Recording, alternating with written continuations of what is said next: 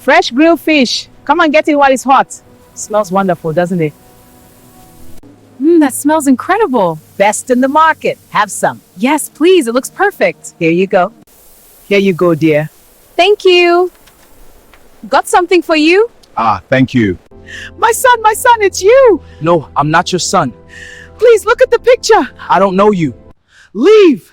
Get out of here and never come back! I don't want to see your face again!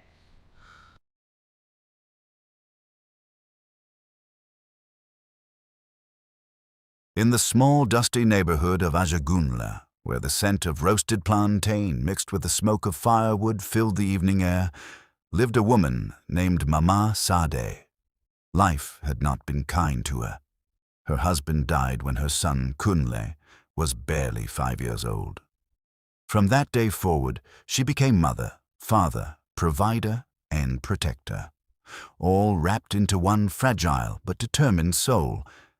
Every morning before sunrise, Mama Sad would set up a charcoal stove by the roadside. She roasted plantains and groundnuts under the scorching sun, her wrapper soaked with sweat, her hands darkened by soot. Some days she sold enough to eat, some days she didn't. But one thing never changed, her belief in Kunle. Fresh She grilled denied fish. herself Come on, food get so it he while could it's hot. attend school. Smells wonderful, She doesn't it? walked barefoot so he could wear shoes. She stayed awake through the night sewing torn clothes so he would never feel ashamed among classmates. When Kunle complained about hunger, she smiled and said she had already eaten, though her stomach had been empty since the previous day. Years passed, her sacrifices bore fruit. Kunle grew bright, ambitious, and sharp. One afternoon, he ran home waving a letter in excitement. He had received a scholarship to study in the United States. Mama Sad cried tears of joy. To her, this was proof that suffering was not forever, but the scholarship only was not enough. There were travel costs, visa fees, clothing, documents. Money she did not have. So she suffered even more. She borrowed from neighbors. She sold her only gold earrings, the last gift from her late husband. She worked longer hours until her feet cracked and bled. Finally, she gathered enough. The day Kunle left, she held his face and said softly, "Don't forget where you came from, and don't forget your mother." He promised. But promises are sometimes lighter than air. In America, life changed Kunle. He graduated. He found work. Money began to flow. Comfort replaced hardship. At first, he called occasionally, then less, then never. Eventually, he blocked her number. To his new friends and colleagues, he erased the past. He told them he built himself. He pretended the woman selling roasted plantain never existed. Meanwhile, Mama Sade waited. She asked travelers if they had seen her son abroad. She kept his childhood photos close to her chest. Every evening she stared down the road hoping he would appear, but he never did. Years later, Kunle returned to Nigeria. Wealthy, polished, successful. Designer clothes, expensive cars, influence. But he did not look for his mother. Fate, however, had its own plans.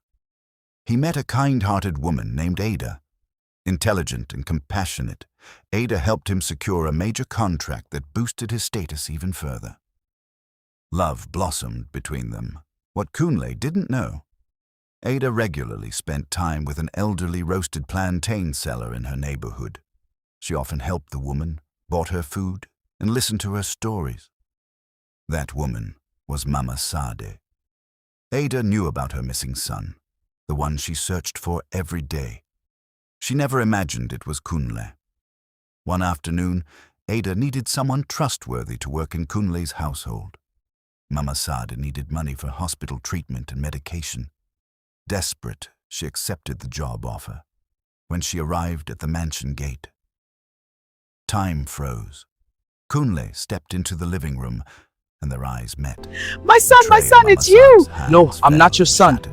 Please look at the picture. I don't know you. Servants whispered. Leave!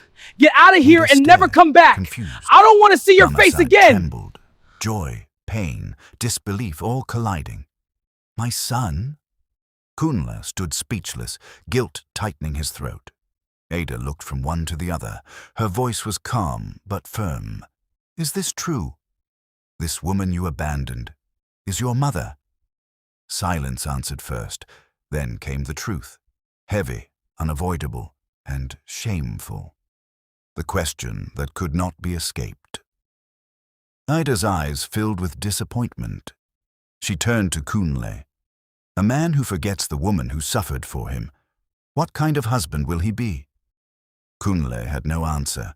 For the first time in years, wealth meant nothing. Status meant nothing.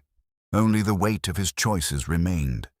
And before him stood the woman who gave everything, yet asked for nothing. The day Mama Saad stood at the gate of Kunle's mansion, hope filled her chest.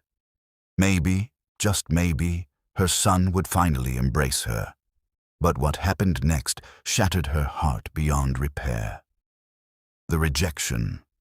Kunle's face hardened the moment their eyes met. Not with guilt, with anger. You? He said coldly. Who told you to come here? Mama Saad's lips trembled. My son. I did not know this was your house. They said they needed help. I only came for work. Ada watched, confused. But Kunle's voice rose. Leave. Now. The guards froze. Mama Saad's hands shook. Kunle, I am your mother. He laughed bitterly. You stopped being my mother the night I caught you in my uncle's room. The words struck like thunder. Ada gasped. What? Mama Saad staggered back. That is not true, she whispered. Kunle's eyes burned with resentment. The night before I left for America, I saw you sneaking out of Uncle Tunde's room. Don't deny it. I saw everything. The servants exchanged shocked glances. Ada looked at Mama Saad, waiting for an explanation. Mama Saad's tears flowed freely now.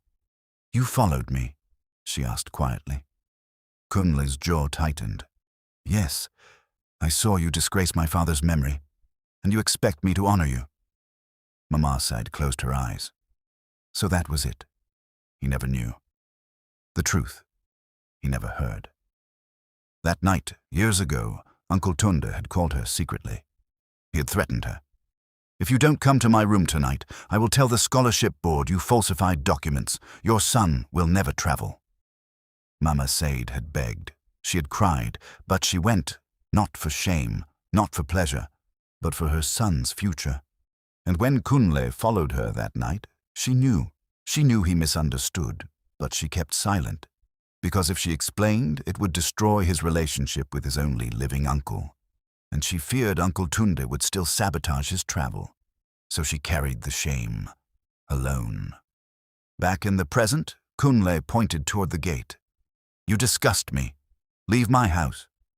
Mama Saad's voice became steady, not angry, but broken.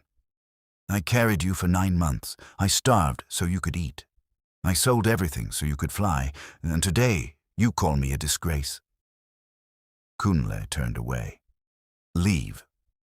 Ada's heart was pounding, but Mama Saad said nothing more. She simply looked at her son one last time. And as she stepped out of the gate, she whispered under her breath, May the pain you gave me teach you what gratitude could not. At first, nothing happened. Kunle continued living large. But slowly, deals began to fail. A major contract was withdrawn. Investors pulled out. Shipments were delayed mysteriously.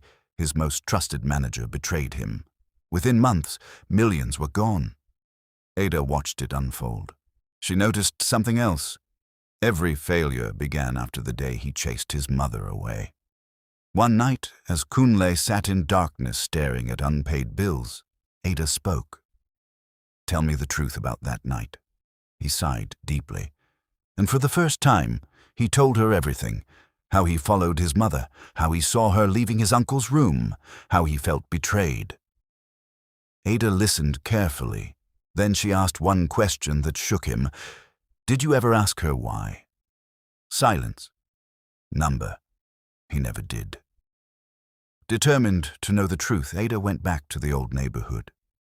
She found Mama Sade, weaker now, coughing badly, and gently she asked about that night. Mama Sade resisted at first, but finally she revealed everything: the threat, the blackmail, the sacrifice. Ada felt chills run down her spine. When she confronted Uncle Tunde, his reaction confirmed it. He panicked. He denied it too quickly. The truth was undeniable. Kunle had judged wrongly. The curse of a wounded mother. By the time Kunle learned the full truth, his business was crumbling completely. Desperation replaced pride. He fell to his knees before Ada. "What have I done?" That night, he drove to the same roadside where his mother once sold roasted plantain. But she was no longer there. He searched everywhere until he found her in a small clinic, too weak to stand. The moment he saw her fragile body on that hospital bed, reality crushed him. He knelt beside her. "Mama, forgive me. I didn't know. Please, remove the curse." Mama Said looked at him quietly. "My son," she said softly, "a mother's heart does not curse, but a mother's tears cry to heaven." He broke down. "I was wrong. I let pride blind me. Please forgive me." She studied him carefully. Then she placed her weak hand on his head. "If your heart is truly repentant, may God restore what you lost. But remember, wealth without honor is empty." Within weeks, something shifted. A new investor appeared unexpectedly. A contract he thought was dead was revived. Opportunities returned, not instantly, but gradually. But this time, Kunle was different. He moved his mother into his home. He publicly honored her. He exposed Uncle Tunde's wickedness and cut ties permanently, and Ada watched closely. Because forgiveness can restore fortune, but character determines whether it lasts. Narration closing. Sometimes the greatest enemy is not poverty, it is pride, and sometimes the curse we fear is simply the consequence of a broken heart we refuse to understand. Life has a way of bringing us back to the roots we try to bury. A mother's sacrifice cannot be erased by distance. Gratitude cannot be replaced by success. And the heart always remembers, even when pride forgets. Because no matter how high one climbs, forgetting those who lifted you is the deepest poverty of all. The end. If you enjoyed this story, please drop your comment and tell us how you feel. Remember to also like and subscribe. See you in the next one.